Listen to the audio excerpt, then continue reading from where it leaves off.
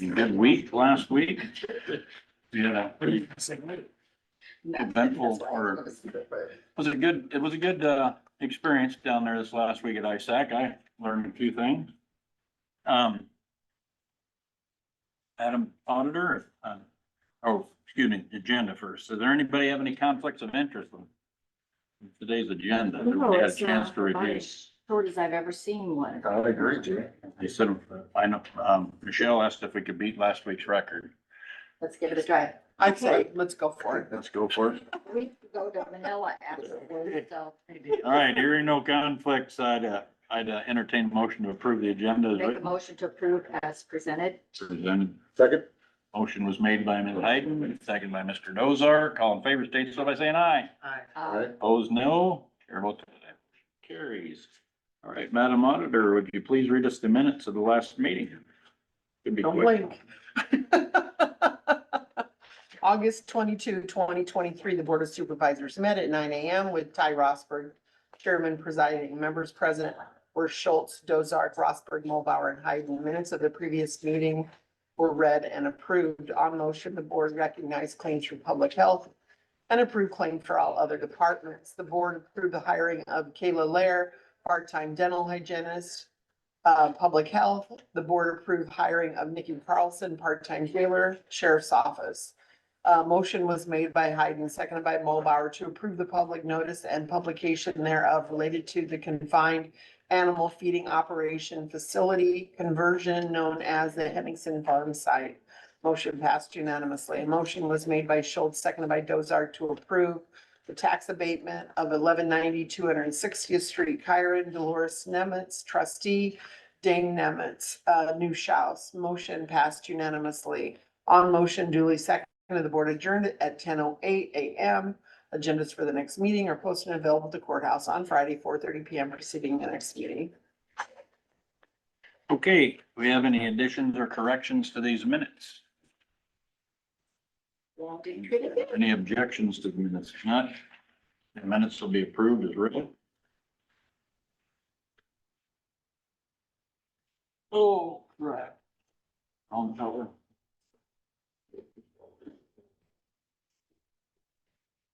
Sorry, there's a little bit of green background to I that. didn't get very many signatures on that, or initials on that thing. I'm gonna just send that back around. Thank you. I hadn't. No problem. Oh, have you seen the packet at all? Yeah, I actually did look at it over there, but I didn't have a pen with me, otherwise I'd have got it. Got it. Let's see, next on the agenda. Supervisors reports. Mr. Schultz, oh, it's not his turn this way. Gene, would you like to begin?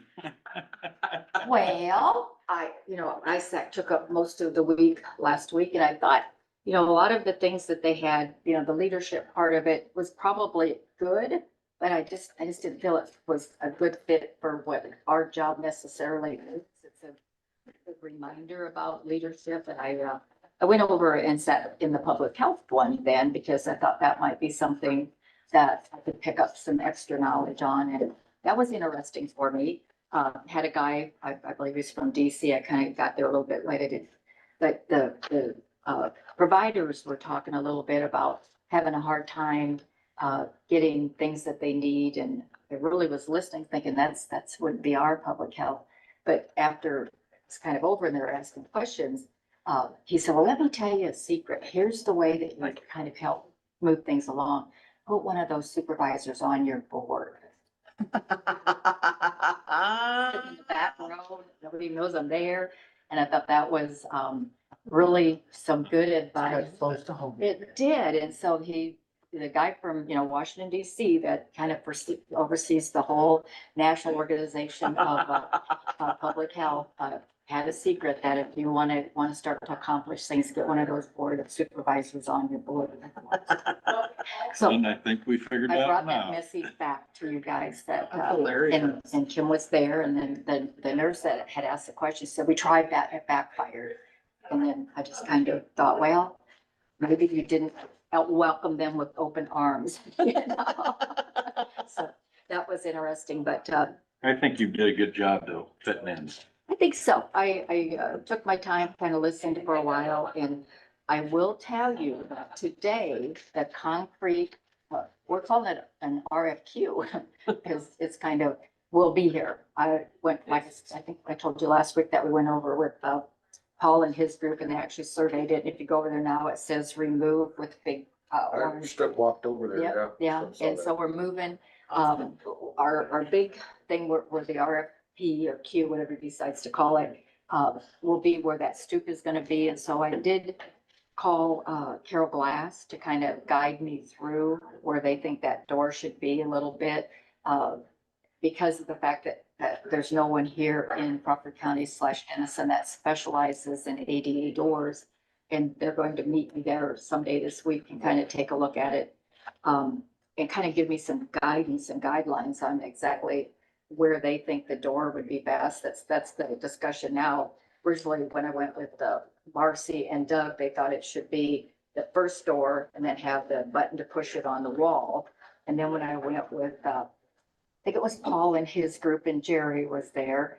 If we put it in the middle, we'll have to make sure that our electric comes up through the middle and we have a podium for them to hit to get in. So I just felt that the door and window people would be the best knowledgeable on exactly where to tell them we're gonna have the door, which then will be able to help tell the concrete people where to put the stoop. So those things, we as a board have decided that the generator needs to be natural gas.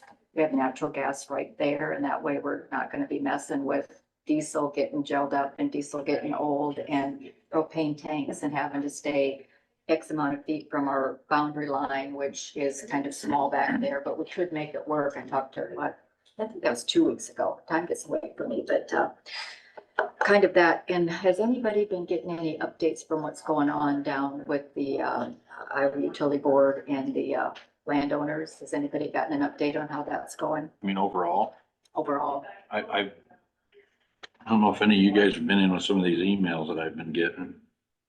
I think you guys were in on some of them. Yep. Obviously, a couple of my biggest concerns with this has always been the safety and the emergency management aspect of it, fire service / whatever else. But then also water. I mean, I don't know if everybody's aware, but I've been working on some water projects for the future and so that's important to me. And usage of their water, nobody's got a big, I don't know if anybody's got an answer that they're comfortable with yet. How's that? And, It's another one of the unknowns. yeah, It's another one of those. I mean, for the capture, when they do the capture, Anderson's is already using a sizable amount, but when you compare them to Smithfield, what Tyson probably was, and, I don't think Monogram, because they don't have a harvest facility on site. I don't think that I don't think they use near as much water as Smithfield does, but, I mean, it'd be nice to know and have it on record so that if they're ever compromising in their water, and I don't know that they would. I don't know. Because they would only use those at a capture facility. Yeah. Currently, there is not one in Crawford County. Exactly. And if Anderson doesn't come on, there never will be, mind you. But at some point, And is Anderson, do you know, currently using their own well water from a well there, or are they using like DMU or rural? rural water. You know? To me, if I was them, I'd be using rural water, but that still comes out of our wells.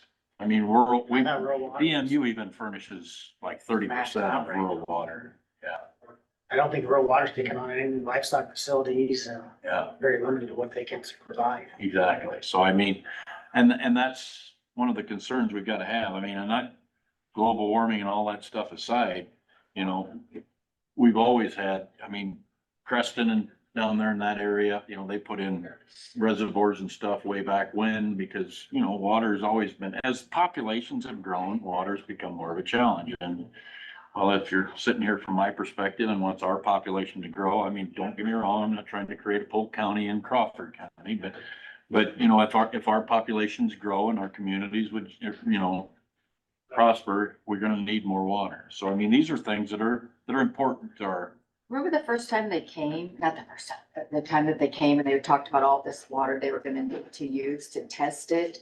And we wondered where all that water was gonna come from, and they said they were gonna bring tanks and then reuse it. Remember that whole conversation? But See, and that that's water has something, come from somewhere to begin with, and how far away are you gonna bring this in from? And is that really the? that was even something I didn't get to do a lot because it was a meeting time different than one meeting that I did have down at NACO. They actually have, where they're investing, some of our bigger cities in particular are investing in ways to use our wastewater. And some of it's even used, I don't know how they're getting it back out there, mind you, but maybe it's just going to like municipal golf courses to find ways for wastewater to go, obviously be tested so it doesn't poison any grass. You don't want any Roundup in that wastewater, which I doubt it would be, mind you, but Can't assume anything, Ty. well, I know you can't assume anything, but I'm sure it'd be something we'd be tested for. But I mean, just different ways to do that. So I mean, if they would create their own wastewater reuse even out of Anderson's or, local businesses there to, I don't know what they have to use this water for. I mean, that's the other thing. What do they use it for? That's up to them to kind of figure that out, and it seems like a big part of the whole project that's not figured out. And, there's people sitting through these meetings, and I just found it interesting, from, some of the folks that are actually there, how they have the temperature set at 60 degrees. People actually brought winter coats the next day. It was so cold in there. They have a private entrance for the IUB and Summit. Security officers won't answer me when they ask if they're searched as well. I guess you have to take off your shoes. The venue has the Fort Dodge Sheriff Police Department, the IUB contracted security. Summit also hired their own security, all armed. Yeah, there were You 6. gotta take off your shoes? Yep, on Like, Thursday, get on a- this person counted, and there was one security person for every 6 attendee, safest place in America. Now, let's think about that they found it necessary to hire all this extra security. The security for Summit are allowed to walk around and stand during the session. Landowners are told to remain in their seats unless they use the restroom or exit. They have a great big German Shepherd dog, drug sniffing, and bomb sniffing dog. There's no water allowed in the door unless it's sealed bottle. They had to dump out their water outside, and they could refill them in the restroom, but no drinking fountains in the venue. The rules changed on Wednesdays then, that they could bring their cell phones in, and computers weren't allowed. You couldn't bring your, let's see here. And then the IUB scolded the lawyers for asking too many questions as they were delaying the process, when the fact was IUB was scheduled so many people. So it was kind of disappointing. I thought that was interesting that they kept it so cold, so you'd be miserable. Had more security than going, You through. watching of it or it's live stream? It is, we could, but we were, I mean, I guess I didn't notice it. The witnesses or the attorneys, I thought if I remember once Jory was in a short sleeve shirt, I guess. well, maybe that's before he knew it was cold. I think then it was that on the first day or the That was second the day. second day. Maybe he's hot blooded too, because I'm cold and somebody else, especially if you're up doing the one talking.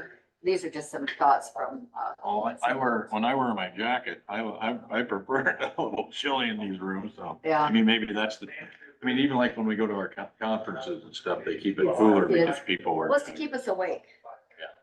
Oh, that's a good point. Puts me to All sleep. right, the state could do us all a huge favor and just not allow Sleep them in to a cold remain bedroom. and make them work out a route that has 100% voluntary sign up. And then take, a lot of this would all go away. I was listening to a news station, free radio station, called Who, which the attorney was on. And this, to piggyback off of your thought, the easy thing is, these people have millions of dollars, billions of dollars, go around the people that don't want you there. Why is this is not for public use, this is And it's not. out of our authority to dictate I will- that. And the state could come in and say, no, I'm in a domain. They Private absolutely company, could. work with landowners, make it work. Just State like right in the there. private sector, every day, of the year. I will say this, I asked some questions. I've, ran into the chair of that, and then I ran into some of the Summit folks down at ISAC, and I asked these questions. I mean, I don't have a lot of secret communique, so don't take it like that. I just I asked the questions that get asked in this room a lot. You know, remember we were told that they had to file for a path on that, seeking the permit. And then they couldn't deviate very much from that path. Remember, we were told that. So I asked that question. So if we come back in this permitting process, or, you know, in the IUB's permitting process, and are they able then to come back and sit the IUB before granting or dismissing permit, come back and say, like with Tim's case, or any of the other ones that stop in here that don't want them on their property, can IUB grant you some maneuver room? And the Summit people, their answer is, well, we hope so. And the IUB people that I asked that question, or the person that I asked that question said, well, that'll have to be determined. So basically, You say the IUB person you asked, yeah, I mean, is that someone? one of the three on the board. Oh, one of the three on the board, Yeah, okay. I actually ran into him at the state fair. And we didn't talk, I intentionally didn't talk much about it, other than to ask some of them questions that we've been just getting, you know, that have been bothering us, you know, let's just put it that way. But you didn't get a to be determined was the answer? Well, you know, he was trying to do the same thing I was. Don't compromise what they're doing. I think that's what he was going after. He wasn't committing himself because he didn't want to. Well, I get that, but So that's why I think that I got the answer I wanted, or that I didn't get the answer I was seeking, but you know, hey, I'd be negligent if I didn't at least ask, right? So I did ask, but, I feel confident that they might get some room to work around Tim or somebody like that. I shouldn't say I feel confident that'll be discussed. How's that? I heard Tim was the first speaker, and he did a great job. Oh, yeah, he's been in practice, so. Sure. I just, you know, just kind of the vibe I'm getting, you know, is that necessarily they don't feel warm to what's going on. It's just a bother to them. Is the vibe I get a little bit. But the easy answer is just to work around the few people. There's just a few of them that don't want it there. I don't know, Just a few. I think I got a file here that says there's more than a few. I know. Did you mean air quote? That was a air quote. I mean, I can send you guys all that Iowa State University, article concerning the Dakota Access Pipeline. Yeah. And their law department's analysis of that. And when you read through that, to me, it's gonna be an uphill battle for those people. For some. And I appreciate when you Not said. for our some. people. I think for the people that don't want an eminent domain. Oh, it's yeah, I gonna got be it. an up- When you read you know, I understand these are different IUB members than those IUB members were at that time. But, you know, in the legalese, there's a thing called precedence. And when that's what that decision set, and like I said, when you just read through that article, it's just like, wow. I mean, cause Dakota Access is a private company. Well, Right. I'm gonna be honest with you. I think that what we need to do, and I'll speak as citizens, but as citizens with a little bit more voice in Washington or Des Moines, I would hope, that we need to push to get something like Steve's bill, get it some traction again. You know, for future. But what's sad is when you do have some traction in the House and the Senate, it flat out don't even bring it up. That's, Well, and I mean, and maybe it's because we weren't making enough noise about that. So I mean, I don't know if it's that tie or if it's the fact that, you know, the largest Republican donor is the guy that's heading up the whole Summit Carbon. Right. So when he's the number one contributor to Grassley's campaign, Yeah. or Jack Whitford's campaign, Yeah. you can't help but wonder. or somebody on the ISU board is actually the one that stops us from getting our soil analysis. Yeah, it's I know what you frustrating for mean. me as well. I'm gonna end Frustrating it for with, me as I well. think it's all shady, and then I'll. But that's why I think, you know, shadiness gets taken out of the equation by the light of day. And I think that we do have good people in Des Moines, in my opinion. And I think we just lean on them. Cause they're the ones that are, you know, and I think, you know, you know, I think Steve's bill Yeah. has some merit. Well, And I Steve think King's you down go there. in Without there, a doubt it does, Yeah. yes. and I think Yeah. you go in there and Yeah. try to keep pushing something like that, you know, and until, you know, till they break. The I mean, majority or at least should until rule. they're discussing it, how's Majority that? people. I mean, cause it's gotta still always be about the folks, Yeah. period, you know? When you were watching it, did you see Steve King down there also? I did not. Oh, Nice. People are making some noise. and, Yes, he has. Yeah, little noise is always, He was in the crowd or? I think he was, oh, sorry. But ask a question. Sure you I think I can. brought this up before, but the thing you're up against is the 2006 Supreme Court decision that allowed private companies to take land. Yeah. And you look at Dakota Access, it's also not a utility. And it's barrel on through, so I'm sure what you read. So it was, even though, you know, it was oil, that's not any different than, you know, it still wasn't a utility. Flowing oil through Yeah. land is not a utility. No. It doesn't stop anywhere or feed any homes or any communities or anything like that. It's just part of the business and it's just going somewhere else, which is exactly what this is. So it seems to me that the only way you would overturn the Supreme Court decision is through a court case that rises to the Supreme Court. Is anybody talking Yes, about doing that? yes. Is anybody actually doing it? At this point in time, I can only say talking. Uh, I've only. I've heard talk. I've heard talk. Because you know there are political players who know how to prime something like that. If we just be curious to know if it's happening and if it's not happening, why it's not happening. I'm telling you everything I know. Talk. All right. I'll Why try to or why find out. not anything happens right there. I'll try to find out more by next week.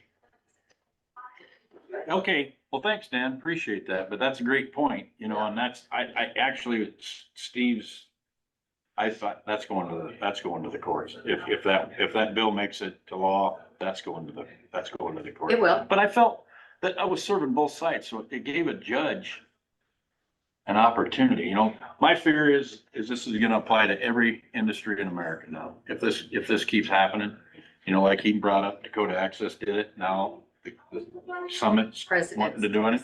And I still, just like with the wind turbines, I'm always talking about it, I still like the negotiating. Sure, you want to make everything a nice, fair, level playing field, but I still think the people that own the property now should have at least a higher seat at the table. Not necessarily an unfair advantage, but they should have some, I mean, they don't have the economic reserves to negotiate against some of this They don't, stuff. So yeah. you want them to at least have a seat that's sitting higher at the table, you know? And that's just me. Not everybody can take, 3-4 days off work, go down and sit in Des Moines. Not everybody has what it takes to stand up and give a speech in front of a bunch of people and, plead your case. They just aren't comfortable with that. And so there's a lot of people sitting back, hoping that the people that have the fight in them will keep the fight going because it's important. And I still will go back. I don't care what the Supreme Court decided. I hate to admit that out loud. Well, I care about that. Well, maybe you made a mistake. Well, and there's In always could be 2006. something overturned. It's been done before, but, I think that, Because it seemed like the line that they skirt is that even though it's a private company, it's for the public good. I disagree with That's, that. but I mean, that seems to be the reasoning that they use, like when they talk about Dakota Access Pipeline, it's for the public's interest, best interest to get this oil from that place to that place without it using, rail cars or semis or whatever. This is the most efficient way to do it. Therefore, it's for the public good. And I think they could use that same argument when they talk about carbon, with the big climate issues, is that, hey, it's in the public good to reduce the carbon in the air. Therefore, yeah, we grant this. What happens if they take too much carbon out of the air? Well, that's, I don't know if that'll ever happen. You and I are busy breathing. Yes, I see that.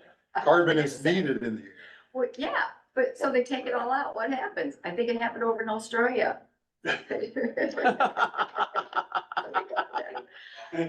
didn't read it, I heard it. Really? Yeah. Well, as long as you and I are around, Gene, we'll have playing Carvin and Dennis. I yield my time. I'm done. It's too late. You just. I'm not that was a listening good to one. Well, I had to, you know it. I included myself too, so. I've been burnt. Fair play. I'm good. It's okay. It's okay. All right. I'm gonna look this article up. I appreciate all your efforts. It'll take me a while. Anyway, do you really yield? I mean, I do, yeah. yes. Well, Mr. Mulbauer then, I'm sure a lot of mine will piggyback off of what we talked about with the ISAC conference. I did have my board of directors meeting on Tuesday, went over past agendas, current agenda, upcoming events. Districts are working on their fall district meeting, setting some of those dates. We did vote on the updated board and district presidents. Of course, it has a natural progression, so Mark Campbell, who was the supervisor's president, moved on to the board of directors as executive board member.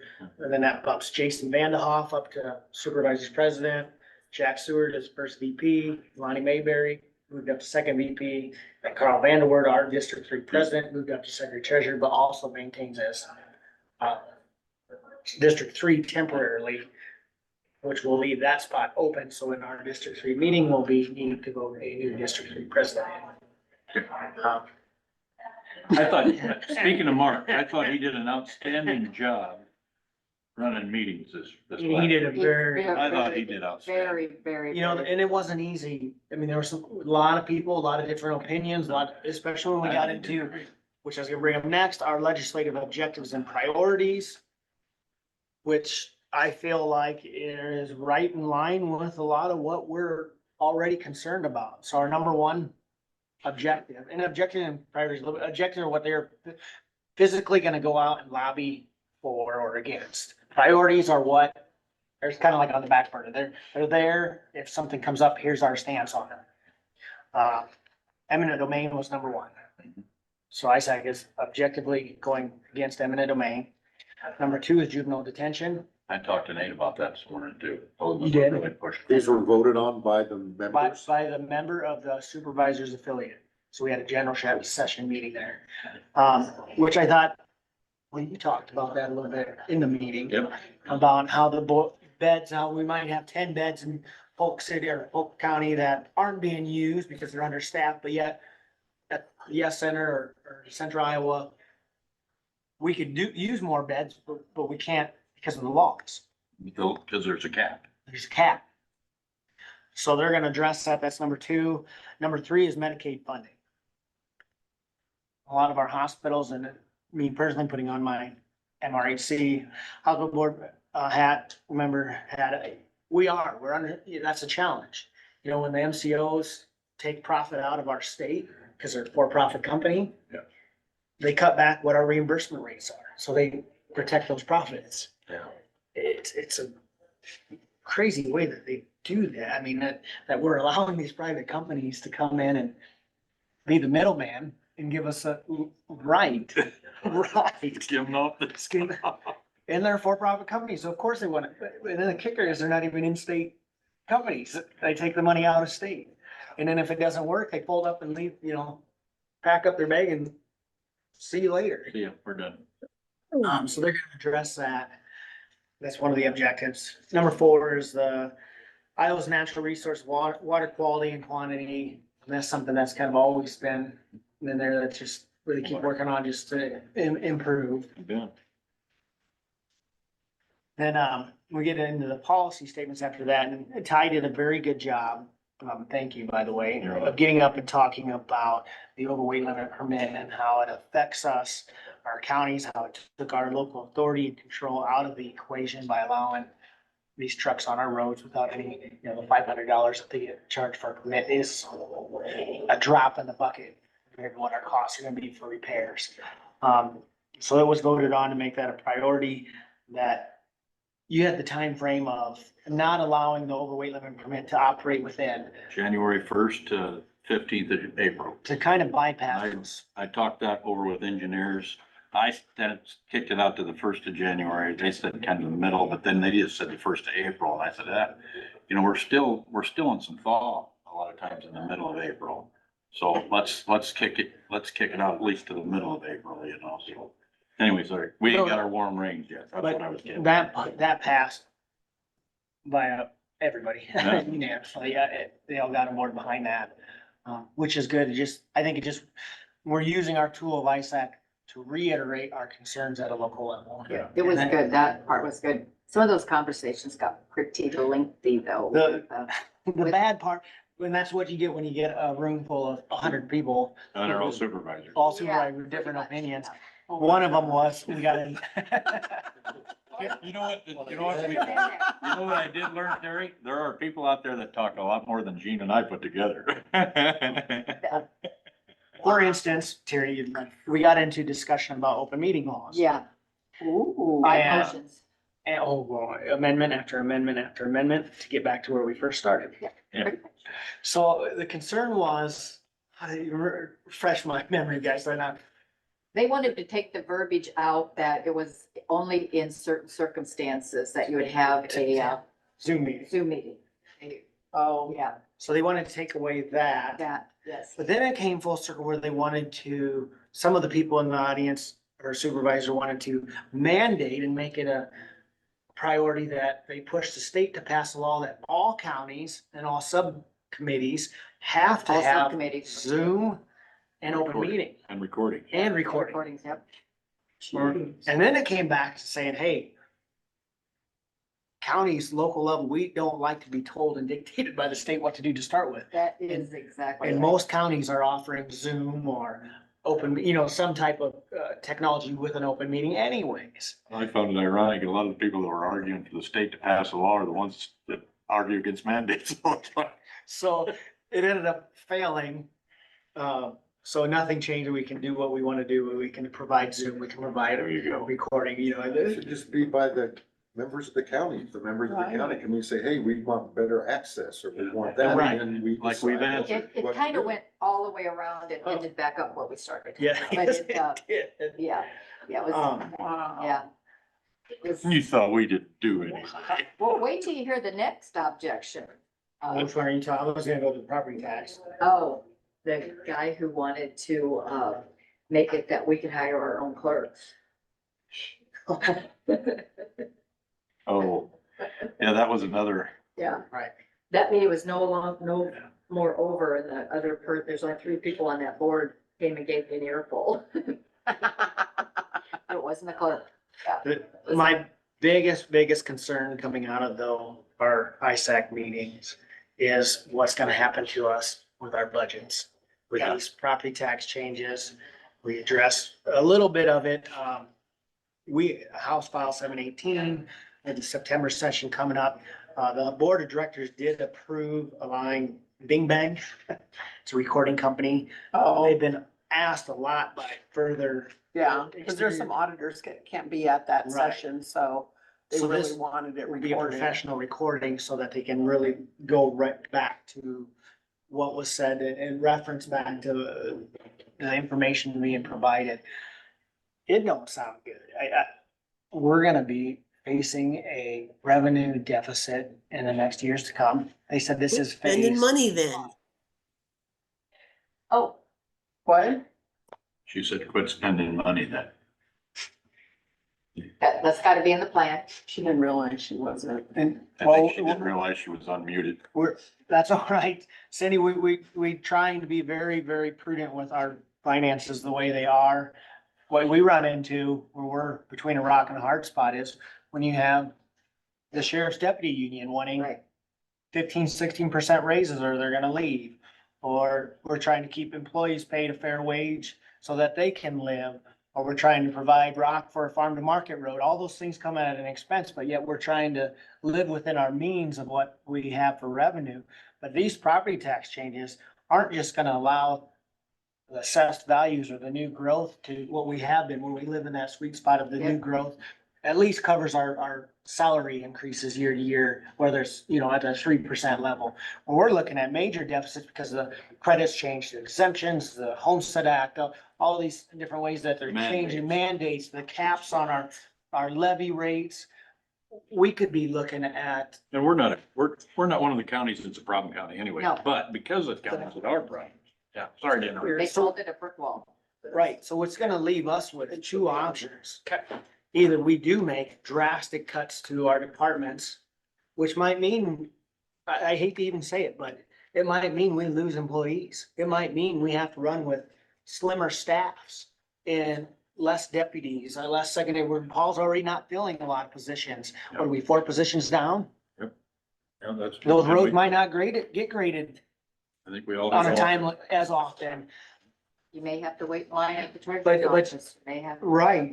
I mean, if we don't have the revenue and we're being mandated that, or the other only option you have is your general fund gets depleted. And I don't want to see that, because that's, Oh, that's our, we only have enough for State a has it quarter of our rainy day. entire budget. I don't feel like we're sitting on so much extra revenue in our general fund that we're overtaxing, not using, but we're trying to sit on enough to, it's a quarter of our budget. We could get through a quarter of our year if we needed to. you know what I really liked, what the part of that discussion was, when they were talking about most of the time, the supervisors and the treasurer are the one that gets the finger pointed at them. For, you guys are spending too much money, Mhm.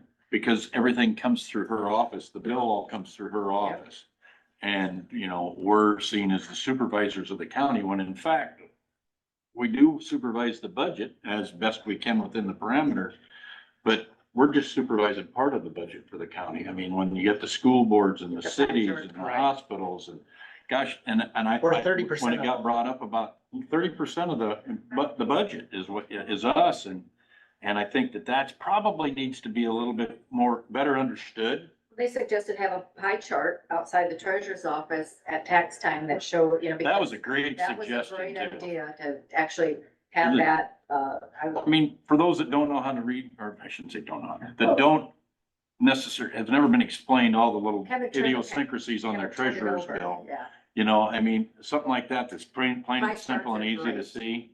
This is where- Maybe they won't even look at it, but you know what? It'd be a nice thing to have. I thought that was a great idea. I think Sorry, so. sorry. No, but those are, that's why I like going to these conferences. I do too. There's just so much you pick up that other people are doing or not, and it's just, when you start to have a mass group like that collectively put their thoughts together, you kind of gives you a better understanding of the bigger picture, and but it is concerning of what is happening to this changes in our property taxes. This is phase 1 of 5. I remember that with Jamie, so 1 of 5. Yep. And to me, He says there'll be big changes on this year's agenda. what is concerning, I mean, not just from a revenue standpoint for our county, but it's what our county does. The authority and the wheelhouse that we work in is being undermined. You look at mental health, you look at judicial districts, you look at workforce development. They're taking a lot of these boards away from us. We're Yes. advisors. Absolutely. And then you turn around and you look at how our revenue is being slashed. Yeah. And they're That's if they forced, would do that with EMA. I mean, like what you just brought up, Right. if they put another board in place there that's got its own taxing authority, we lose control of more money than the county. so they're forcing us into this, narrow position, or into this box where on one hand, they're stripping our voting member status and our authority, but then on the other hand, they're also cutting our funding and our ability to raise revenue through property taxes to serve the people directly, and they're taking it at a state level. So they're stripping the county government of really a lot of what we do and provide. And that's what's concerning, I guess, to me overall. But we've got to figure out other ways to generate revenue, and that's one of the big things that, we talk about even on the ag committee that I'm on now. I'm one of the vice chairs for the rural development. And that's one of the things that I brought up at our meeting yesterday, which I don't want to, finding other ways to make revenue that we don't have to tax again. But We've talked about that before. we even regionalization, ISAC is registered to oppose regionalization of different things. That's right. If you take away the locals, I know regions work. Yeah. If the locals are involved and say, this is our parameters of what the region is, so it spread out like Region 12, spread out equally within the region, doing good for all of the members. But then you look at how the state, no, they surpass that and they wanna have regions like mental health, like Rolling Hills. Where does all of our services go?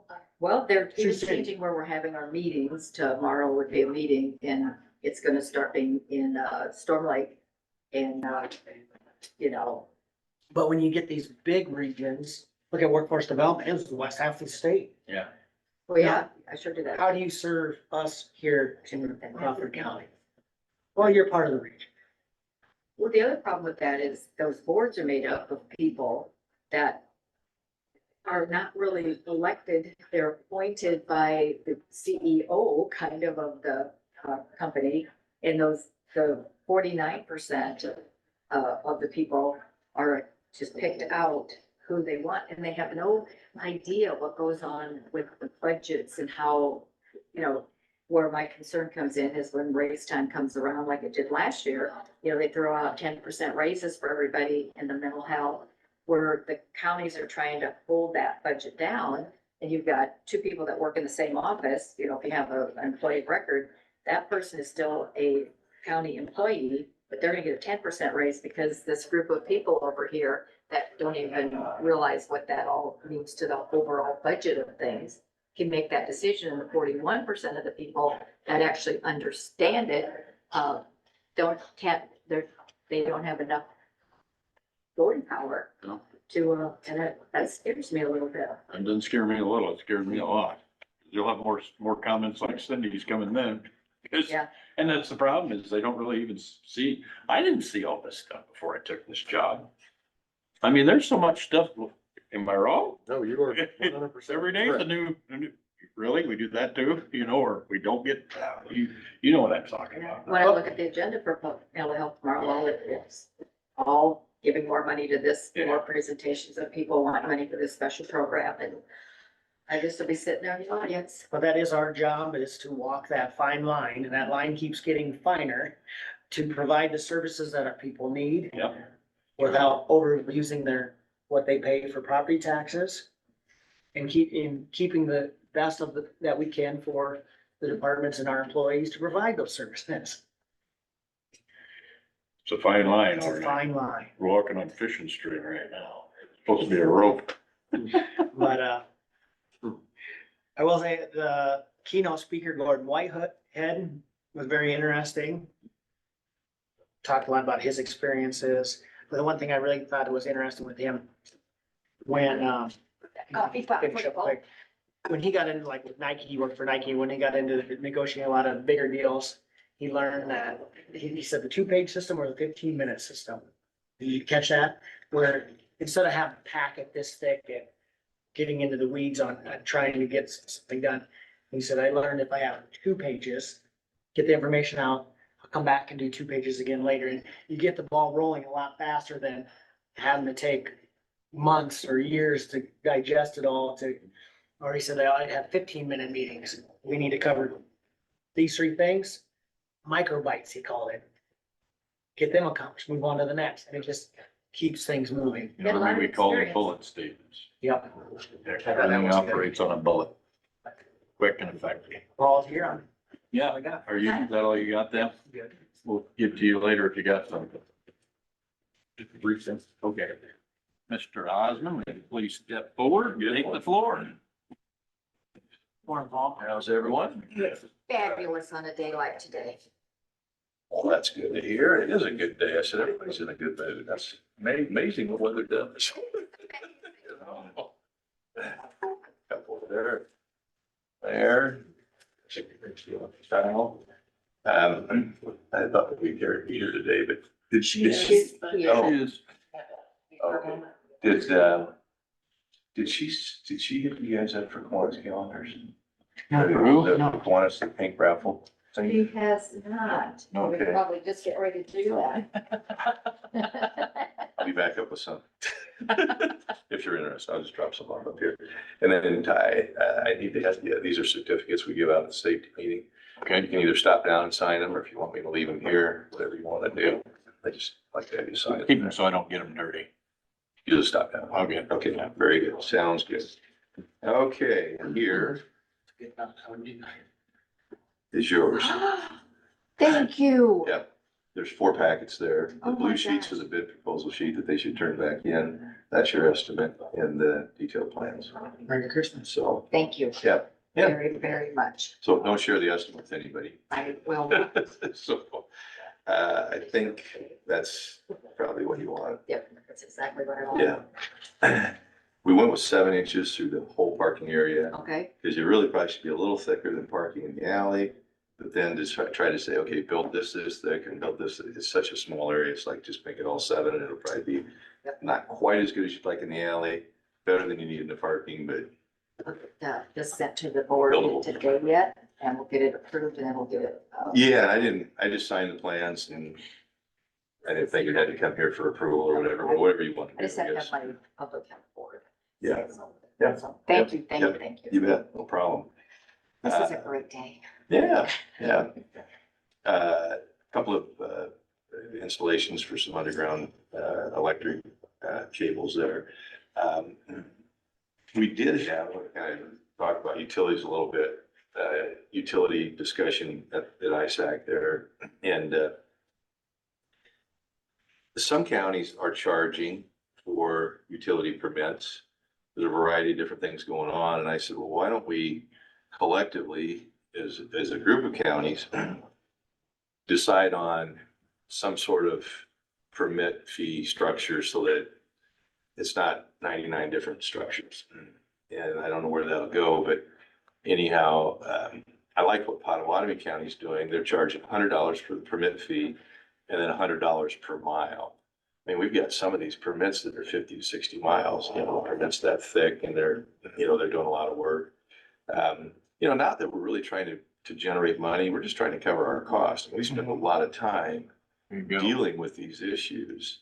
And trying to get, here just a couple of weeks ago, I mean, they destroyed a mile of road, so we had to kind of shut them down, get everybody there, meet, talk about, why aren't you doing what you're supposed to be doing?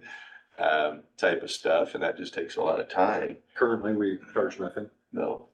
And that would cover the wind streams and the. Everybody, you have to be careful that you're not consistent, in your administration of whatever it is that you do.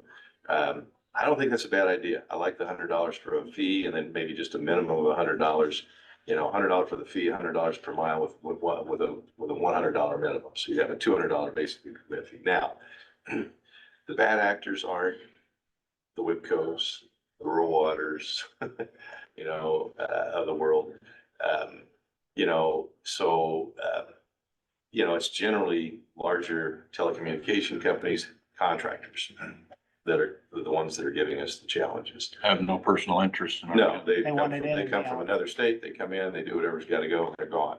The local ones are really good, so you run the risk of kind of upsetting the cart there a little bit because we have a really good relationship with all of our locals.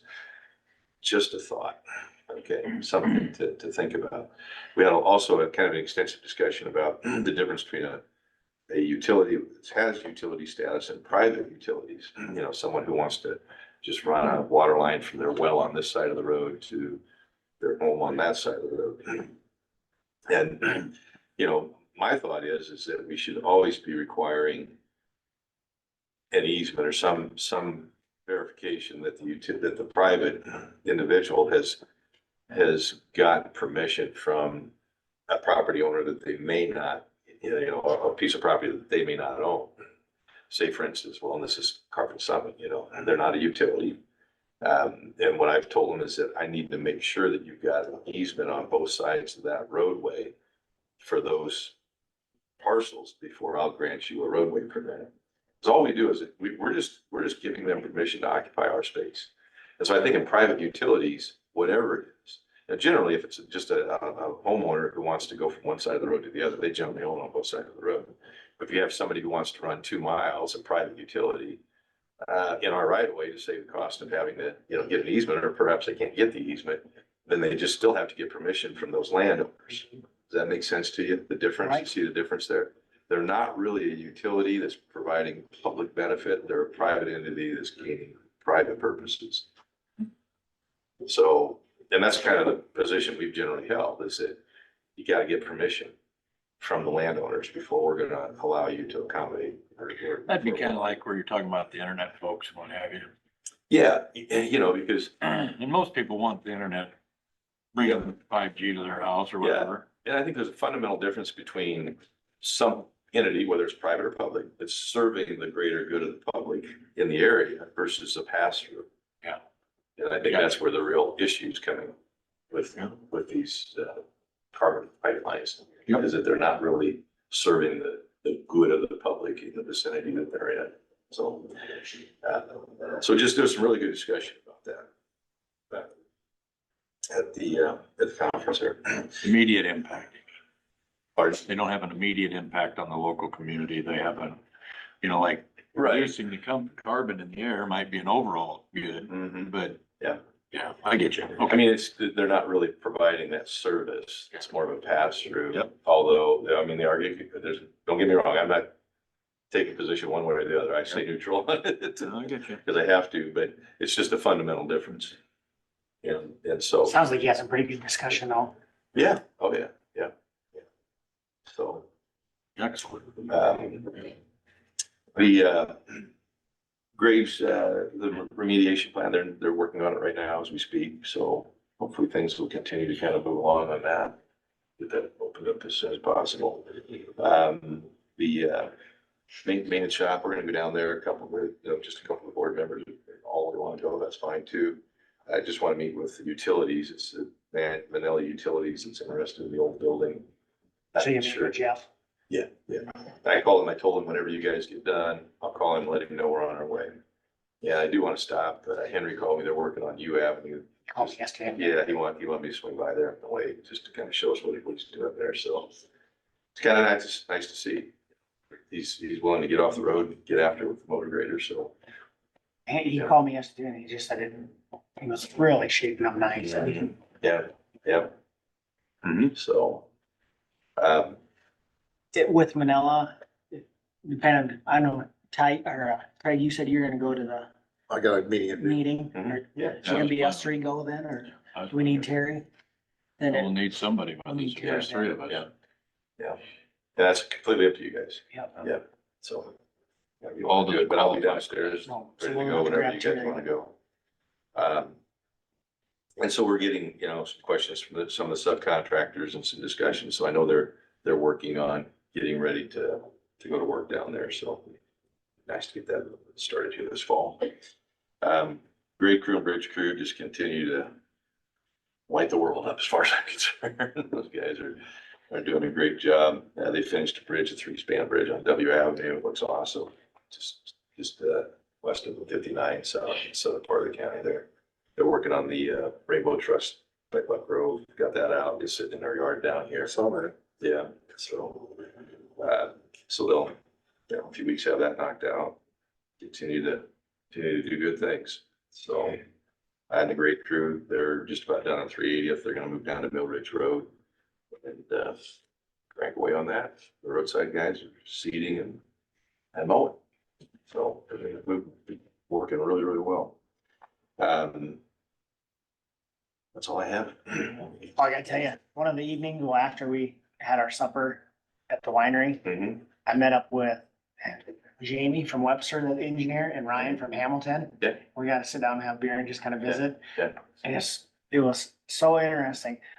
They were talking about, they just bought a $450,000 motor grader and we can't get it till X, but we want to get it in just because we're concerned about getting it. And Mhm. they talked Yeah. about, oh, we're really getting away from grade alls because they're just so expensive and we can buy X grade. And it's so similar. I just sat back and Yeah. so similar to what we've talked about here and what you brought up, and it just was, Mhm. Good discussion. Good You get discussions. into a lot of good, Make you feel good that we're a year or 2 or 3 ahead of them though. yeah, yeah. I think the one leg up they had on us, so well, Webster, they're back, Martin Marietta's in their They back got yard. fresh limestone right Yeah. there. So Yeah, that's cheap. huge. Yeah, That's cheap. It's huge. That is As huge. far as your overall operating costs. So, Yeah. yeah, So you did, okay, All right. you're good then. that's all I got. I'll be down there. Stop Yeah. inside. I gotta drop something off here in town before I get to Manila. but- I did too, I gotta Great. stop. Yep. Thanks, And Paul. then, will Terry, will she be back then? Okay, Hopefully. just have her stop. Okay. Got our next person online there. Thank Thanks, Paul. you. Ask you to read it or.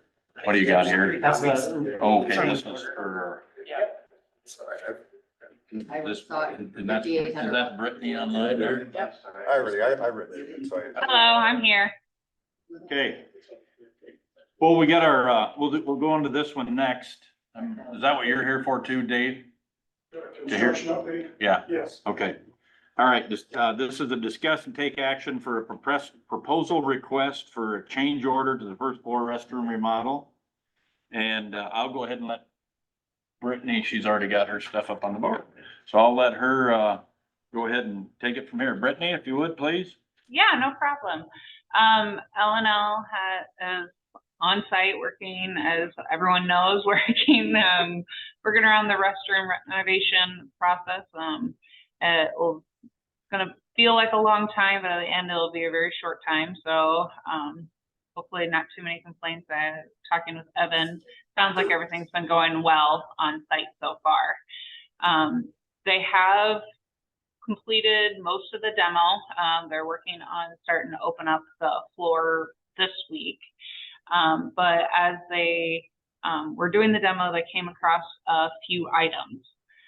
So I did, since these are critical items, I quick shot them a change request. That way you get a price in front of them for today's meeting. So just wanted to run through what the issues or items that they found. And then they're looking to try to get some approval or not on these. That way they know how to continue going forward, because a couple of these are critical items. So one of the first things that came up is, so these two walls right here along the corridor, those are plaster and lath. They took off the existing finishes that were on them inside the court or inside the restroom.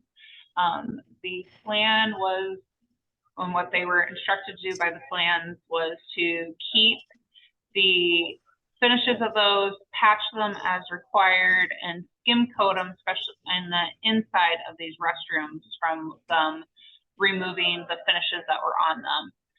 As they worked on demolition and they're working on cutting on these door openings now, and they took off the base in preparation of these door openings.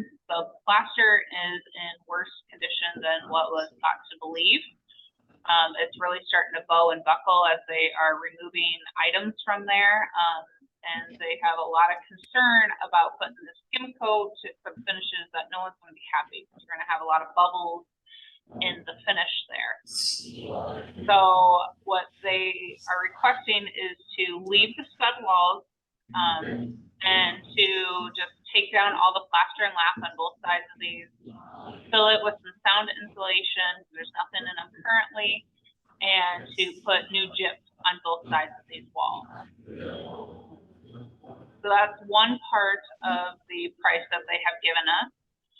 They also opened up this corridor wall along the side here, it says open on the restroom side, and they discovered that there's any sort of sound barrier between here either.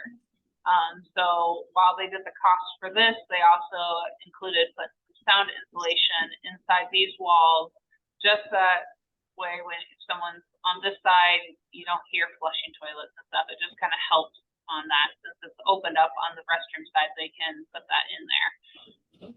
So that's part of the cost. And then the third part of the cost that they have submitted is the exterior wall here. When they opened it up and took those cabinets out, there is no insulation or anything on these walls, or these kind of old doorways that are inside there. And so when they opened those up, they can feel the coldness there. I don't know if anyone ever noticed, because it was storage before.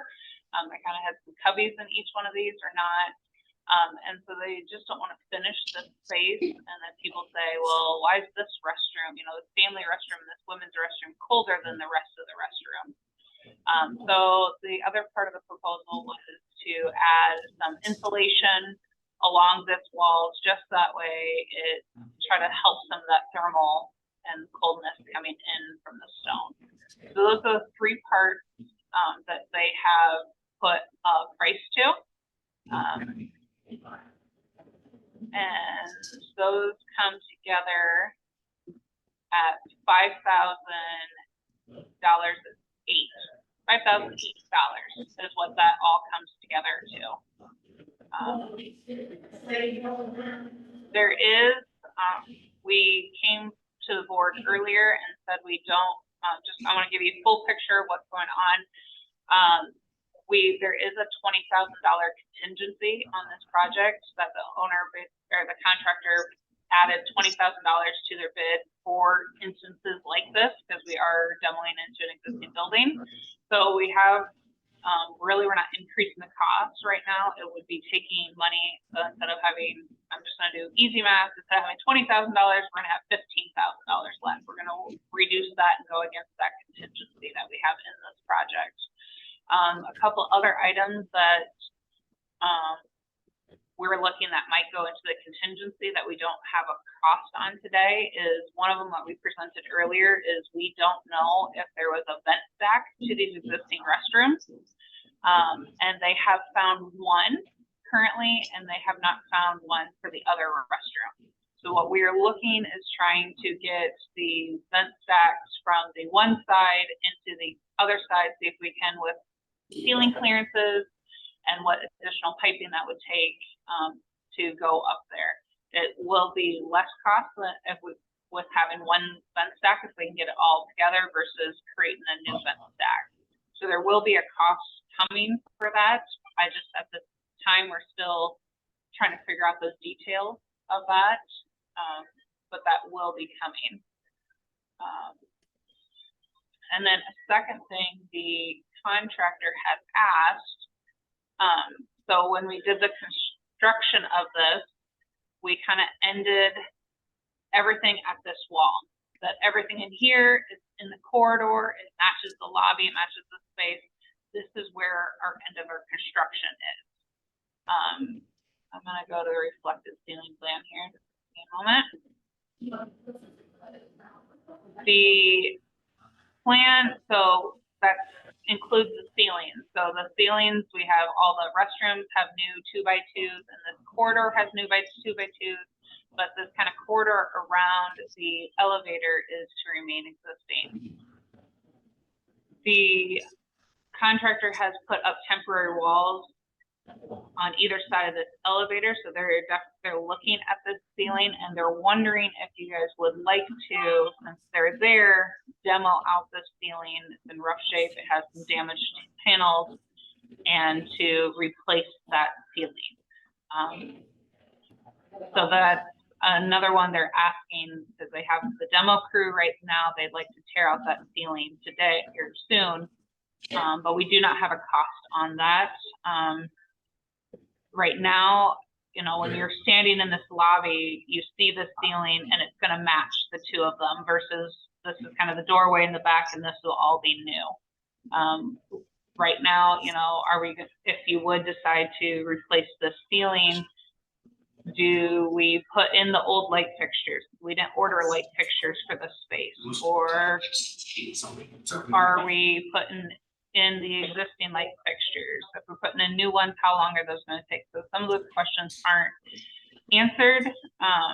Just kind of wanted to present it to you and see if you want further research into it, or you say we're going to stay with our original plan and end up this corridor wall and we're going to leave that ceiling. So that was a lot of information. Questions on any of that? Dave, have you looked at that ceiling there they're talking about demo? It's wonky. Yeah. I mean, it's funky. It's not pleasant at all. And everything stuff with everything else looking nice, it would be nice if that. How far would they go around to redo that? I mean, would it go around both sides of the elevator? There's like a header or whatever you want to call it where it stops. So right to the back of the elevator? Just that little U-shape behind the elevator. and Okay. stuff. So what about the lights? They, you know, can we use those lights again? You're trying to keep in, you know, the theme of our I assume people, I don't even know what the lights look like, so it's hard for me to make a decision about that. The lights in the hallway are the same. So we should be able to use them. Again, wasn't that one of her questions? Yeah, she Yeah. said some. We put, yeah, the lights in this corridor would match the lights that you currently have down the other corridors in the lobby. But we are in the new restrooms and in the corridor in the back, we are putting new light fixtures, new LED light fixtures in those spaces. So keeping the current ones matches the rest of the building. Updating would match your new restrooms in this back corridor with updated light fixture LEDs. I'd be interested to know how much that would cost, because the LED is the way to kind of go, and as long as everybody's up there working, it'd be a good idea to just do it, because that's. I think there's only one light fixture on it. Yeah. I guess there isn't a lot of light back there. Maybe we need new light just to get it a little, it's kind of dark. in that Yeah. back. I've never looked up, so I just, I got nothing to go on, I'm counting on the people that are here every day to. I think we need to take a peek at that. I think that's something we're very interested in going ahead I think so too. and doing the destruction or the, demolition of that.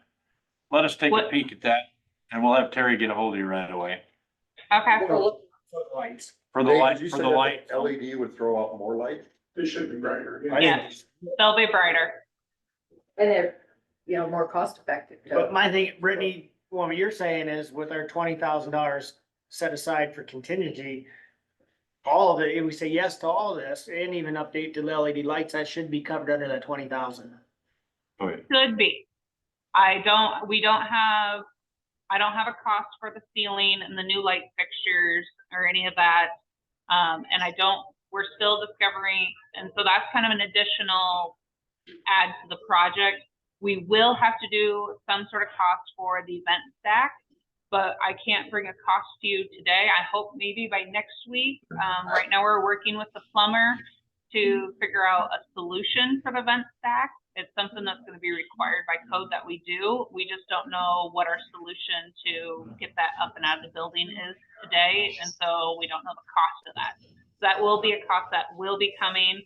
And then the cost that I do have today is the $5,000 to add some sound insulation and redo these corridor walls, take down the plaster and put up gyps instead of the conditions, because as they pull them apart, they're kind of deteriorating more than what they were expecting, and adding some insulation to this exterior wall that was discovered that was not in there.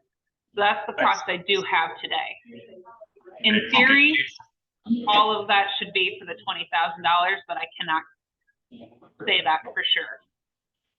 Dave, go ahead. So to me, what I think, seeing the information, and thank you, Brittany. What I could see is the course of action is approving today the Yes. $5,008 next week, or as soon as Brittany has it available with some cost allocation, we could move forward in a week or so with these other changes. I'd like to do our best to stay below 15 with all that she's already discussed here, with the vent stacks and everything, because we're obviously not done, Right. even No. at that point. So I mean, if you can keep that in mind as we're trying to decide on lights and what types, and how expensive and whatever else we're trying to decide as we go here. We obviously have the necessities, the vent stacks a necessity. I think doing this ceiling's a necessity.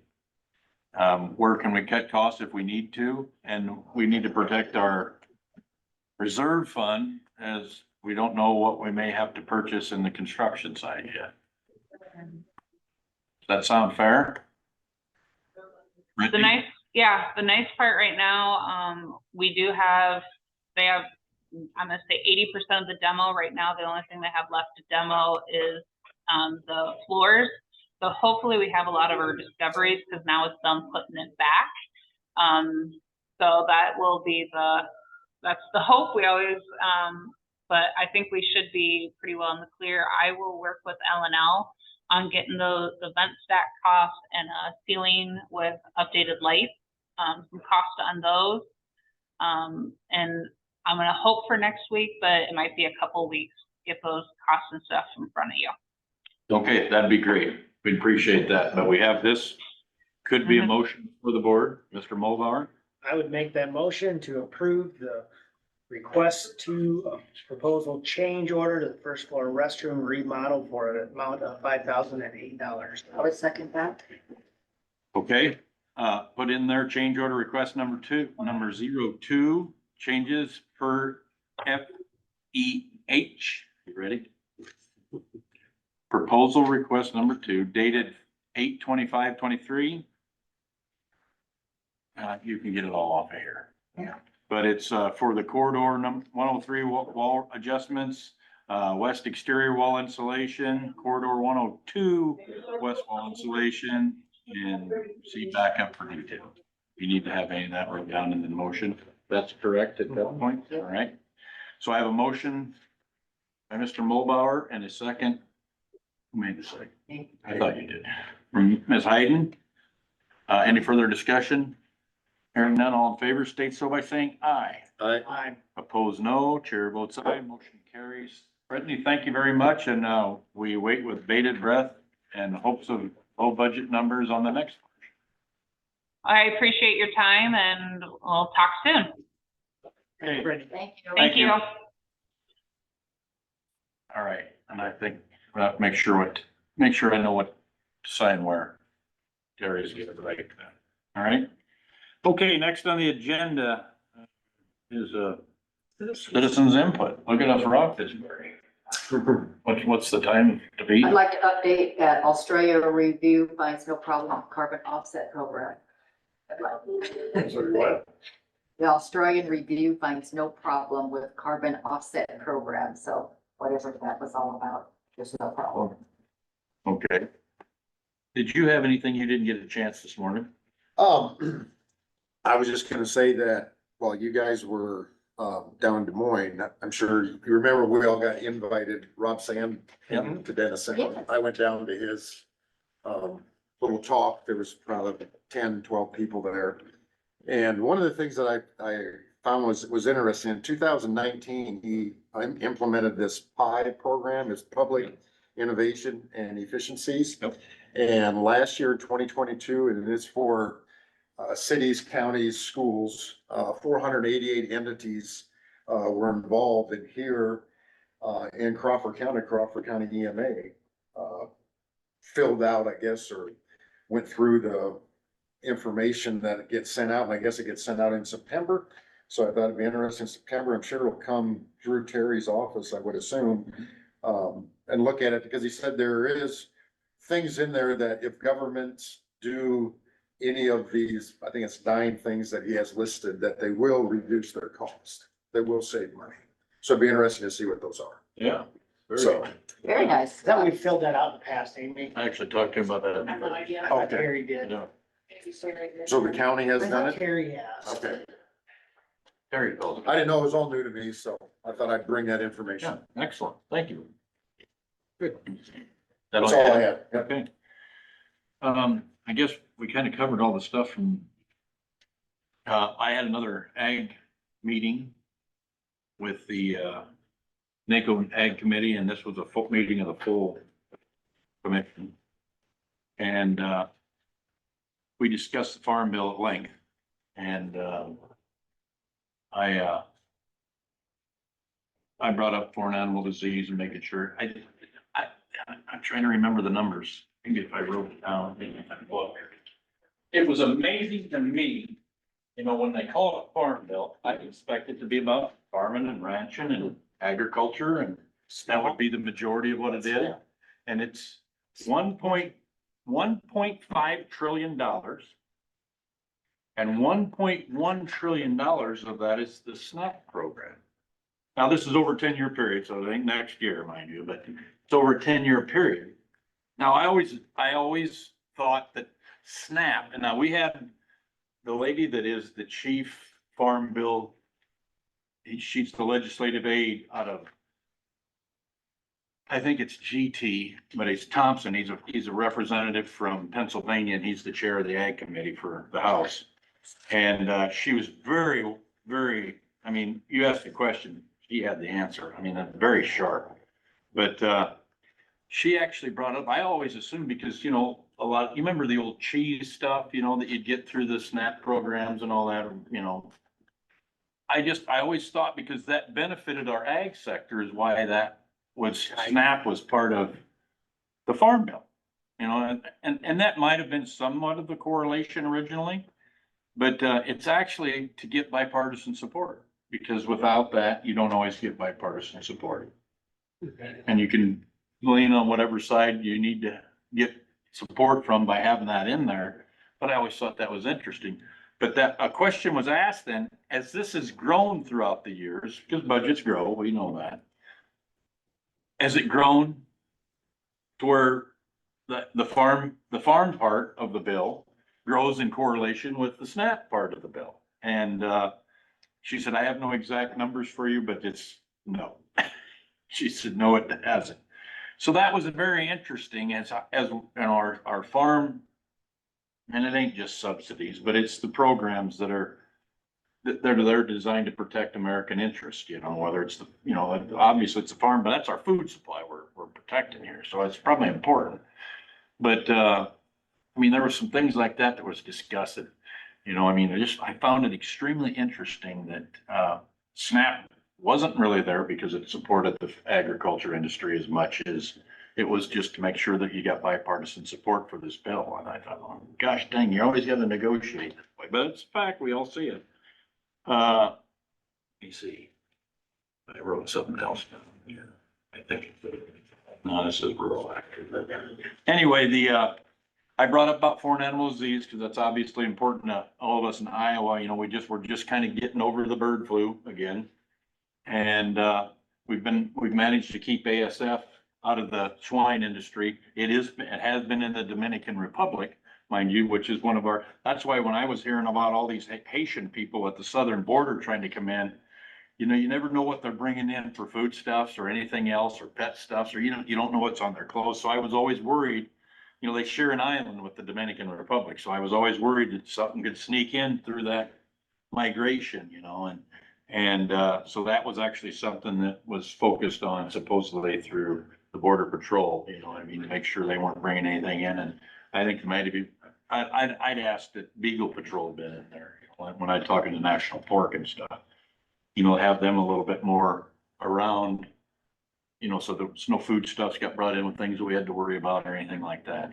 I think we've done a good job, but you know, the next virus, the next something's always out there. So, I mean, I think that foreign animal disease, I wanted to make sure our vaccine numbers were getting supplies. So that's what I asked about. There was other talk about farm programs, you know, whether it was for ethanols or stuff like that, different things. Those were discussed. Pretty much all that stuff's gonna stay, you know, get its cost of living adjustments and stuff like that. But I just thought it was amazing that 1.1 trillion in 10 years, and then 400 billion is all that the farmers need, or did anyway. But, I wonder those- though, Ty, part of that is farming community seems to be stepping away from less and less smaller family farms and larger corporate structures that, you know, they're maxed out. A corporate or an entity can only receive like 250,000 max for Sure. certain subsidies. So you know, if a farm operation grows to 10, 20, 30,000 acres, they're maxed out. I wonder if Some of part of that that, is because it's the dynamics of what the corporate farming world is. well, That's why when that's you a look at the great point. EWG website and you see those big farmers, how many different entities do they have farming Right, they're all, underground? That's, and you know, which that, ain't right. yeah, If No, they're but- claiming their uncle and their son and their, who, I mean, everybody, someone in Florida that doesn't even farm, that's relative. yeah. And that's been happening for a long time, I know that, but I don't know, that's one of the things, like the rural development actually was, you know, I don't know, when I was doing my social science classes and they were talking about exurbs versus suburbs and all that stuff. I think these are things that I'm gonna be pushing on and if you guys don't think I should, but please say so, but when I'm at my NACO stuff, that's what I'm gonna be pushing on the rural development side is, you know, we don't have any truck farms in Iowa. You know what I mean by that, vegetable, I mean, very, very limited number, I mean, and fresh fresh produce to me is critical to human health, you know, and, you know, more things like that. I'd like to see some initiatives in that way, you know, where people own a 20-acre farm, they can actually raise a family off of that if they're doing a truck farm or something of that nature, you know, a hydroponics farm, something of those things that help keep fresher produce local, you know. I'm not against shipping things in from the warm climates during the winter, because we gotta have that. But the more fresh stuff we got, and, you know, if people can get enough tomatoes at the farmer's market and learn to can their own stuff for home, then I don't need all that stuff, you know, it's good for health. But that's some of the things that I think about. But you look like you had something.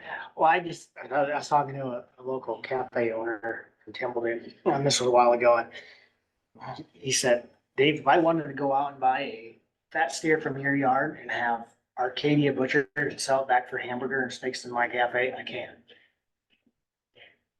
Yeah, Isn't that mind blowing? I mean, that's something else to think about. That Good is point. something. Thank you for bringing that up.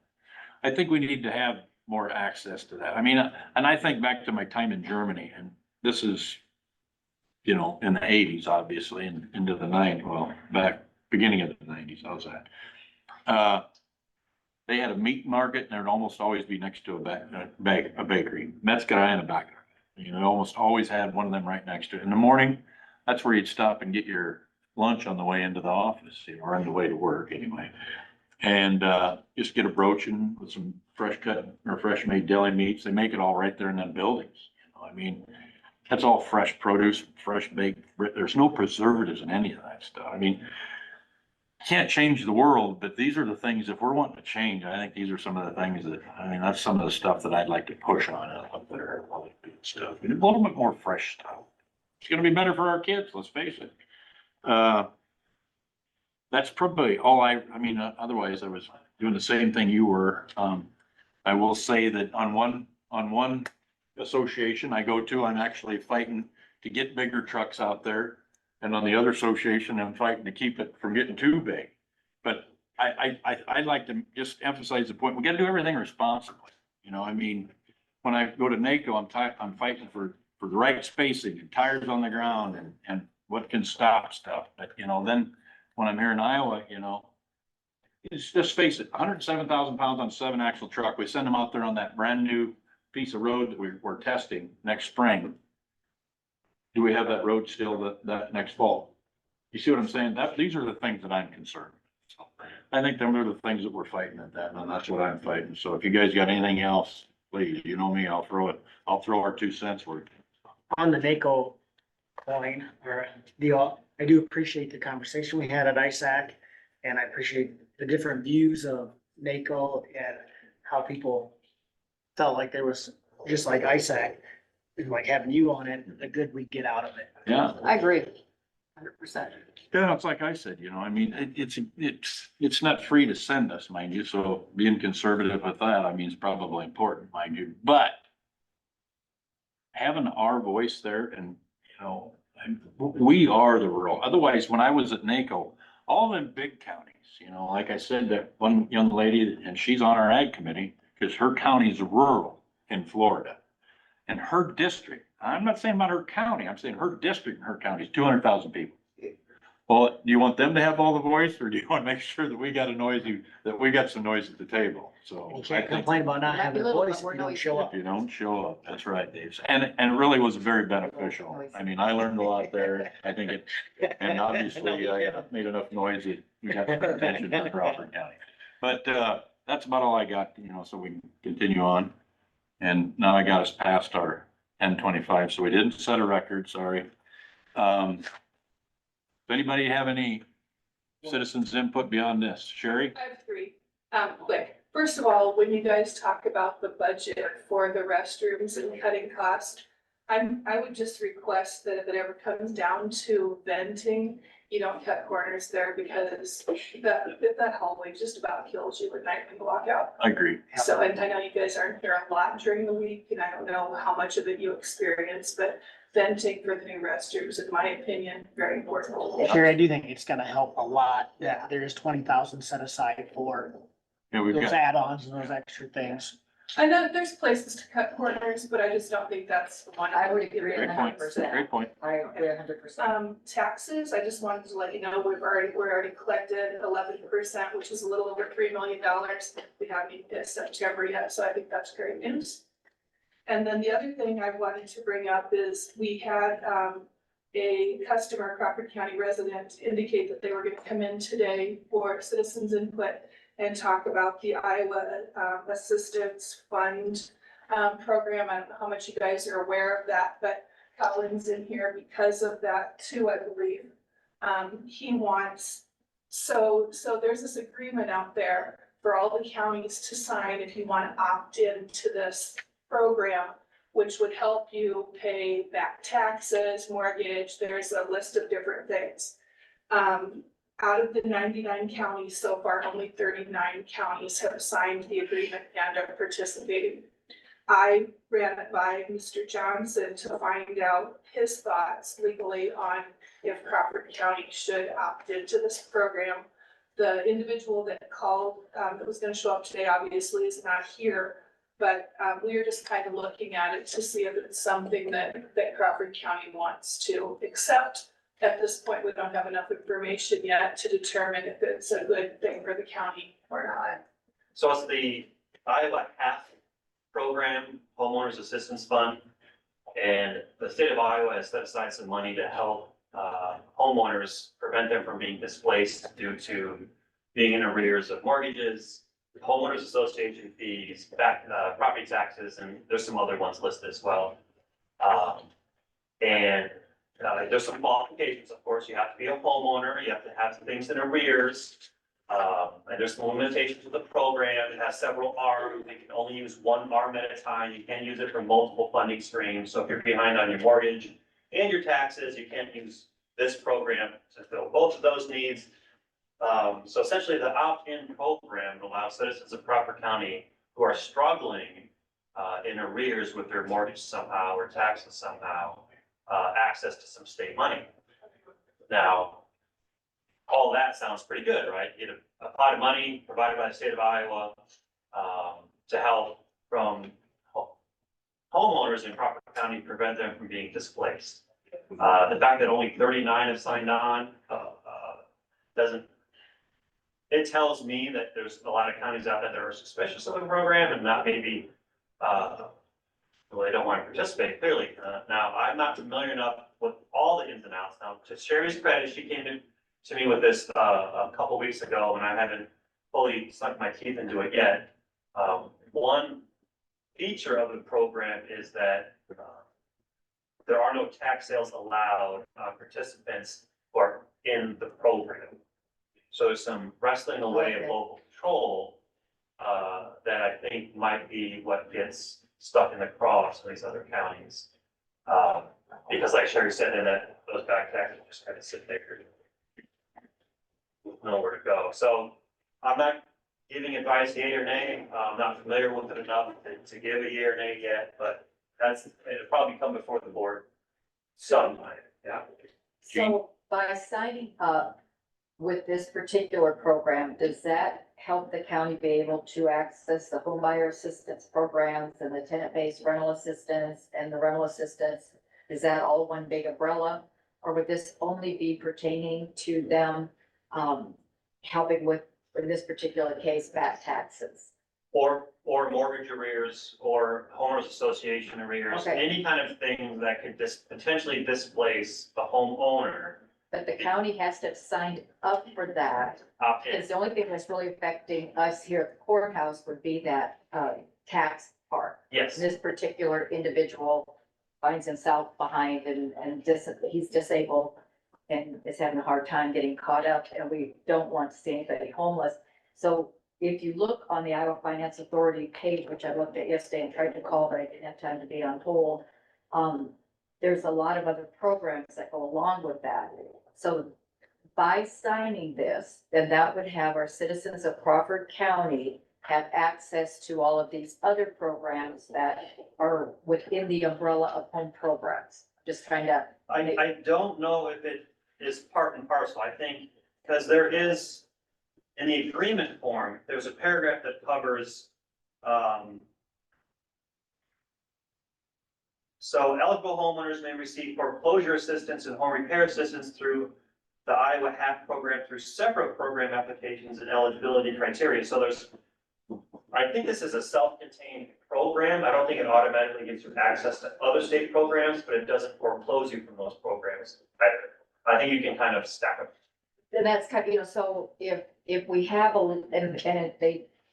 the programs in this particular, parcel would require that they have below the 80% median income of the county, correct? So it's all about low to income. You have to be in arrears. I haven't, again, I've looked at the contract for a little bit. I didn't see an income qualification. I mean, it would make sense if there was an income qualification. And that's part of why I needed to make the phone call yesterday, because I thought, oh, I can navigate this website, but they have homelessness and home buyers, as they have these different bullet points, and I didn't know if in order for somebody in Crawford County to go to a financial institution and participate in the home down payment assistance program, and if they qualified income wise, does the county have to sign this document in order for someone in Crawford County to be able to go to a local lender and use that program? No, No. this is a self-contained. Self-contained, okay, all right, very good, that I don't have to call them anymore. Yeah. All right, I personally can't imagine why there'd be any reason why we wouldn't, and I'm wondering if it's that the other counties just haven't become aware of it.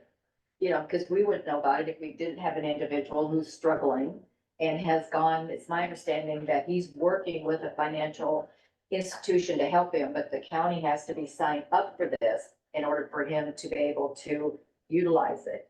And so when he called me, I called him back, he said that the only thing he's waiting for is Crawford County to sign up for this, and then they can help it, avoid losing his home. So I think I know the individual we're talking about. Sharon and I talked about this too. Same one. I don't know if that's true because, and again, I would have to get with the material more, but it only says that it prevents the county from beginning tax sales for people that are in the program. And this person's already in tax sales, Right. so I'm not even sure. And that might be a how distinction that he matters. can take, right. And the other comment you made, about not knowing if everybody was aware of it, I would say yes, they are, because we talk about it when we go to conference like Yeah. ISAC.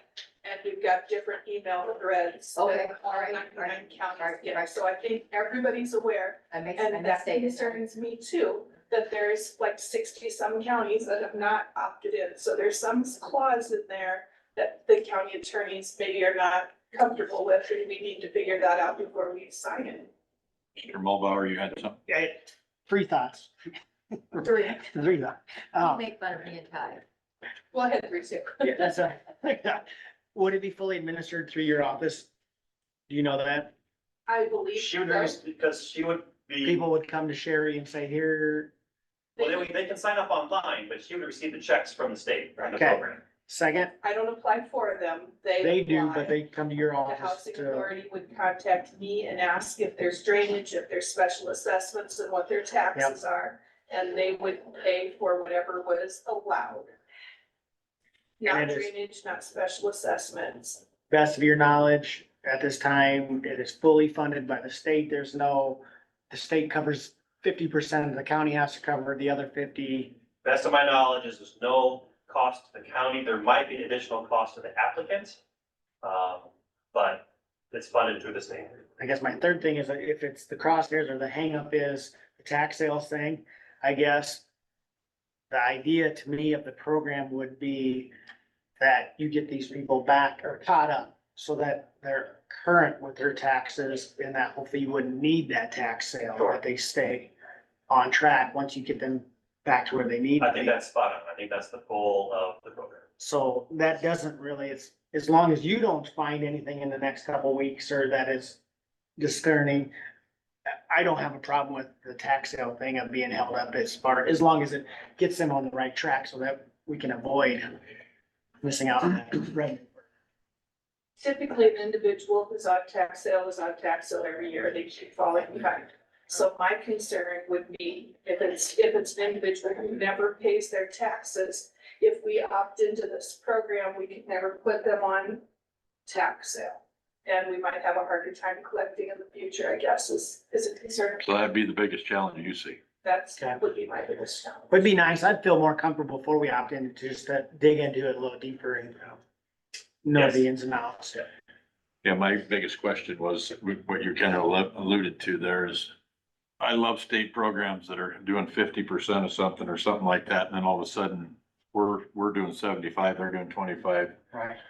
90, 10, yeah. As long as we're not having to deal with something like that, and it doesn't impede your ability to, If it's gonna stop them from having to pay their taxes or from this going to tax sale, I can see that being a concern, because then we wouldn't have the investors that could come in and pay them so that we had revenue to conduct our data. And maybe there's something in that that addresses that. Well, it says applicant's income must reflect the ability to resume full mortgage payments after the assistance, so I don't know if that, I haven't, To me, it's not designed to be a long time, it's help people get back where they need to be. get you on your You feet. don't want to do exactly what you said, impede you to, on those ones that are year after year after year. that could be the catch though too, once they, But if you dig into it, maybe it's addressed. Yeah. So we're That would be it. Okay. I Okay. mean, to me, it sounds like a good program. It seems like you just get a little bit suspicious when the only reason, when that person can only access it if the county participates. Yeah. Why do they don't have it set up that they can't just access it directly from the state to the individual? Why does the county have to be involved, I guess? and I was You just kind of suspicious. wonder, why when is that? the I guy- think because it ties the county's hands in certain respects. Yeah. And so the county has to opt in. Gotcha. I was suspicious when he told me he was working with this group, and then the only thing he was waiting for was the county to sign up for this program. So that put a little bit of a red flag on it. But they also, the applicant household income does not exceed the greater of 150% of the area median income or 100% of the US median income. So it's not gonna help everybody. It's only gonna be for Low that income. low income and disability, and although there's some different things. So I think more research is But on the good. other hand- I don't wanna shut the door on it. At least we have the ability to opt in or out, and they didn't just force it down our Yeah. throat like everything else. Wasn't just an unfunded mandate. Yeah. Yeah, if you could check into that then and make sure that everything's gonna be functional for you. I think that was our biggest concern there is whether you got future ability to collect. Well, the other part of this, they have a homeless program too, and I'm thinking that they feel that they can help keep some of these folks in their homes, because once they lose at that tax sale, we displace this disabled person, where are they gonna go? And then they become a burden even down the road. So I say work with them. On a different note, Carl, since you're here, can I ask you a quick question? Sure. I was talking with Scott Johnson and staff and some of the supervisors from Carroll County and Gene Line. They were going through and they said they hadn't done this for years, but going through all the county ordinances, and they thought there was like 105 that Carroll had, and just kind of going through them and seeing what's relevant, what's not, what could be stricken off. Sure. Will you ever, I don't ever remember doing. I've never done a review of the county ordinances, no. I mean, I'm sure there's probably some, kind of that fallen by the wayside and maybe aren't as applicable as they used to be. I mean, it wouldn't surprise me one bit. When they went through for the city of Denison, there was one in there that talked about you can't tie your horse in front of the courthouse. Okay, that might be still after Yeah, the stuff meeting. like that, yeah. Yeah. So I think we need to get rid of that Yeah, I one. can put that on my radar. I mean, I don't wanna tie up, No, no, but would you have a guess how many ordinances we have now? no. I mean, I didn't see with Terry. I mean, I know there's a book of them. I bet there's duplicates that they put a new ordinance out there, or weren't even obeying the old one and just put another one out there. But maybe just some housekeeping. Sure. Good. Okay, thank you. Thanks, Carl. Dan, did you have something? Does Amy have? Amy, you're poking your head in here. What do you got? Not three? Not At what three? we used to, and they're not very important, but just want to update you that nobody did the advance, so that's No worries. no worries there. And then the other one, slightly a little bit more important. So we used to have treats down in the conference room, but with them working right there, wanted to know if we could do treats up here. Only on Not- Tuesdays. But not touch the table, it would just be right here, just. Anybody got any? Didn't I want to have use no your room problem. without asking. We're- so. we're- Even leave leftovers. Thank you for asking. Thank you for asking. I don't have a problem. You can even use this space up here. Yeah, we typically do like. For donuts, right, And I like to see a cupcake in my drawer when I go. I don't care if we don't, I don't care. But All right, thank that'll you. work. Thank Thanks you. for asking. All right, I got a couple things to run by you quick. Never stop treats. Tower stuff, we are actually, the posts are all put in for all the chain link fence.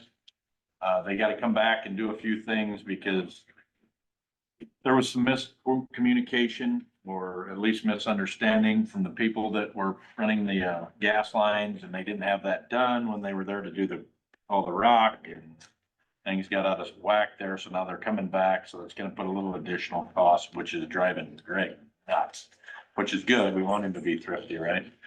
And, but the towers are coming along real good. I've been in contact with the fencer that's doing the chain link, but he's also gonna do our barbed wire down at Lance's, which is the only place we really have to do any of that. And, I think that it's all going rather Good.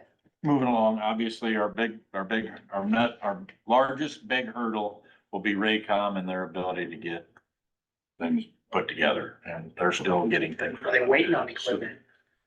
Yeah, I think that's part of it. They're waiting on part of the equipment. The microwave dishes are actually in the tower shelters. And so that's already on site, but otherwise there's other parts, and then the communications equipment inside's got all come in. So we're gaining, not as fast as I'd like. If you'd have told me this was gonna take this long, I'd have probably jumped I the didn't think ship. this was gonna take that long either. But anyway, it all takes a while. We're in government now, right? Anyway, Chief Trejo was actually asked about their water fountain over in the sheriff's, or over in our law enforcement center is not working very well. And the guys use it to fill bottled water, I suppose, when they go out, whatever they're doing. But he wants to get a new water fountain. There's 3 different ones. We can't vote on anything today. It's not on the agenda. But I want you to think about this. The water fountains, I don't think it's in, I think it was just Terry and I on the email, so. No, I got it. Did you get it? Yeah. Oh, good. You guys all got, take a look at them. Be ready to discuss that when we come back next week. I think we should probably, that bottom one was the exact same thing as all the other ones. $500 cheaper. I like the idea of that. He said that, I don't know if he was, when he implied that in the letter, if he would imply that he'd pay for the cost of putting it in. What are we talking about? Water fountain. I doubt it, but I don't know that for a But- fact. I mean, he's, But yes, Yeah. because it's our building, so. yeah. But anyway, let's, if The you got problem is, questions. if you don't fix them up when they break. Yeah. You're left with a bunch of Well, broken stuff. part of the water issue might be what we're doing up here. That could be. Just, I don't know that for a fact, but. I mean, that'd be a good question. Yeah. Was the water pressure down before they started working on the bathroom? Right. So it isn't completely broken, it just has low pressure. It's got low pressure. Ha. Okay. So anyway, maybe we gotta wait till that's done before we do this. We can And just remember, there's no money budgeted for those kinds of things. Right. Yeah. Okay. I mean, I'm assuming he knows how a budget works. In a municipality or a county government. Yeah. Yeah, they may have to suffer for a while. Yeah. That's a good point. Jim can Thank you. learn it. All right, that's all I had for extracurriculars that are important and imperative before we meet again. All right. Does anybody have anything else? And hearing nothing, I would entertain a motion to adjourn. Move adjourn? Second. Motion was made by Mr. Dozark, second by Mr. Mulbauer. I say that just to give you time to write. Any further discussion? Hearing none,